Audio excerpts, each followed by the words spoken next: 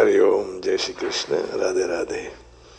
बंसीधरम तोत्रधरम नमामि मनोहरम मोहहरम च कृष्णम मालाधरम धर्मधुरं धरं च पार्थस्य सारथ्यकरं च देवं कर्तव्यदीक्षां च समत्वशिक्षां ज्ञानस्य भिक्षां शरणागतिं च ददाति गीता करुणाद्रवृता। कृष्णेन गीता जगतो हिताय, कृष्णेन गीता जगतो हिताय। श्रीमद् भगवद गीता जी अध्याय 14वां और श्लोक 19वां। श्लोक इस प्रकार है।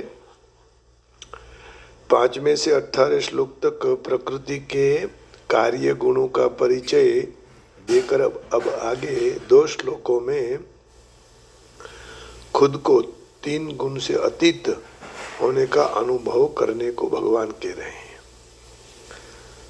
5 में से 18 तक प्रकृति के कार्य के गुणों का परिचय और अब 2 श्लोकों में अपने 3 गुणों से अतीत होने का अनुभव करने का वर्णन किया गया है। आइए।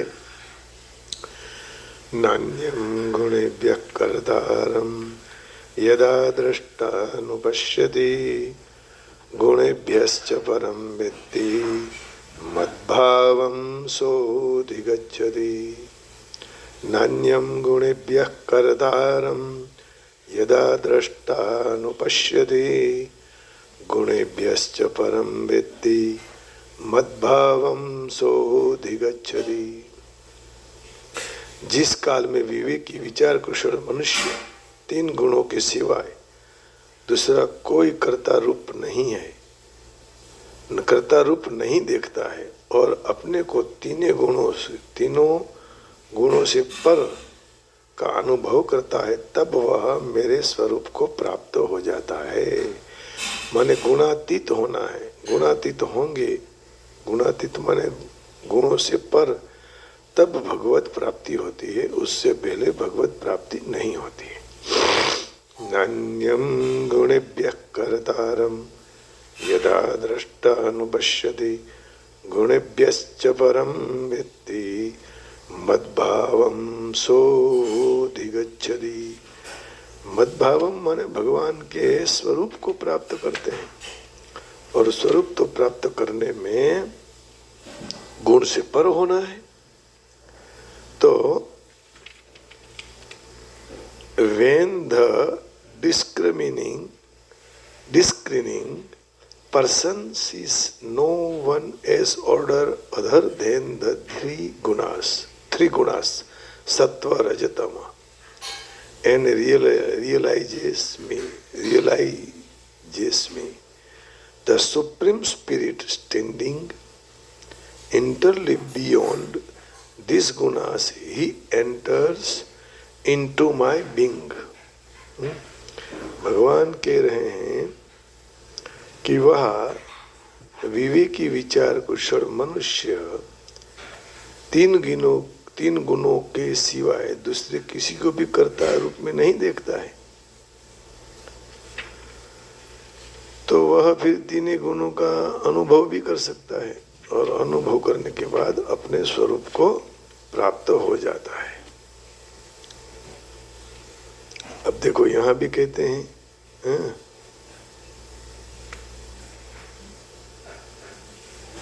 नान्यम गुणेभ्यः कर्तारं यदा द्रष्टानुपश्यति गुणेभ्यश्च परं विद्धि मद्भावं सोऽधिगच्छति।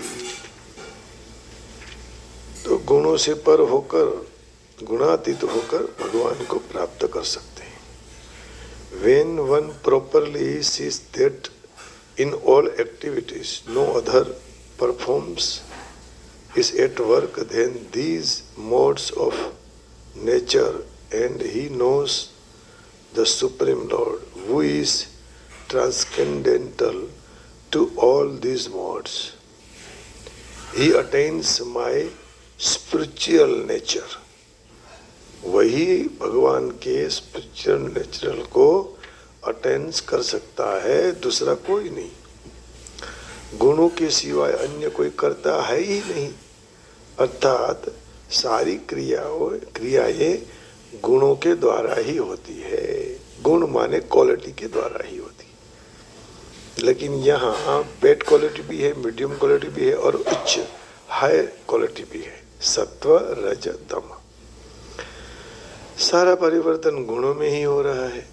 तात्पर्य ये हुआ कि सारी क्रियाएं और परिवर्तनों में गुण ही कारण है, दूसरा कोई कारण नहीं है। वे गुण जिनसे प्रकाशित होते हैं वे तत्व गुणों से पर हैं।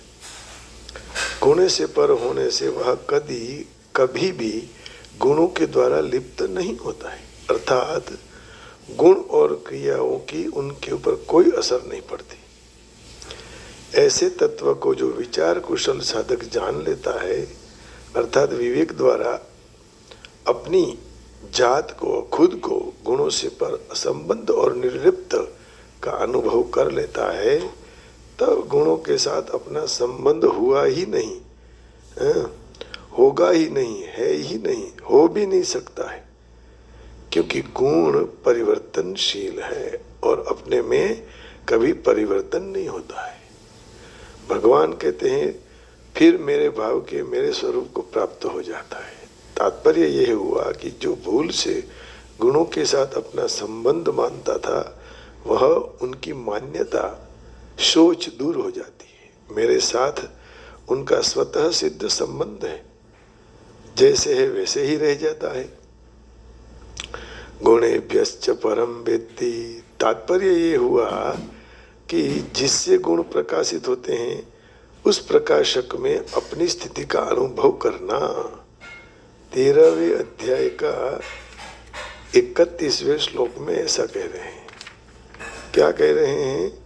उसी प्रकाश में खुद की स्थिति का अनुभव करना। तो हम परमात्मा के साथ हैं, परमात्मा हमारे साथ है, ऐसा अनुभव जब करता है तब वह गुणातीत बन जाता है। अनादित्वात् निर्गुणत्वात् परमात्मायम् अव्ययः शरीरस्थोऽपि कौन्तेय न करोति न लिप्यते। हे कुंती नंदन, यह पुरुष स्वयं अनादि होने के कारण और निर्गुण होने से अविनाशी परमात्मा स्वरूप ही है। यह शरीर में रहते हुए भी न तो कुछ भी करता है और न कुछ लिप्त होता है। पुरुष अनादि है परंतु शरीर आदि अंत वाला है। पुरुष निर्गुण है परंतु शरीर गुणमय है।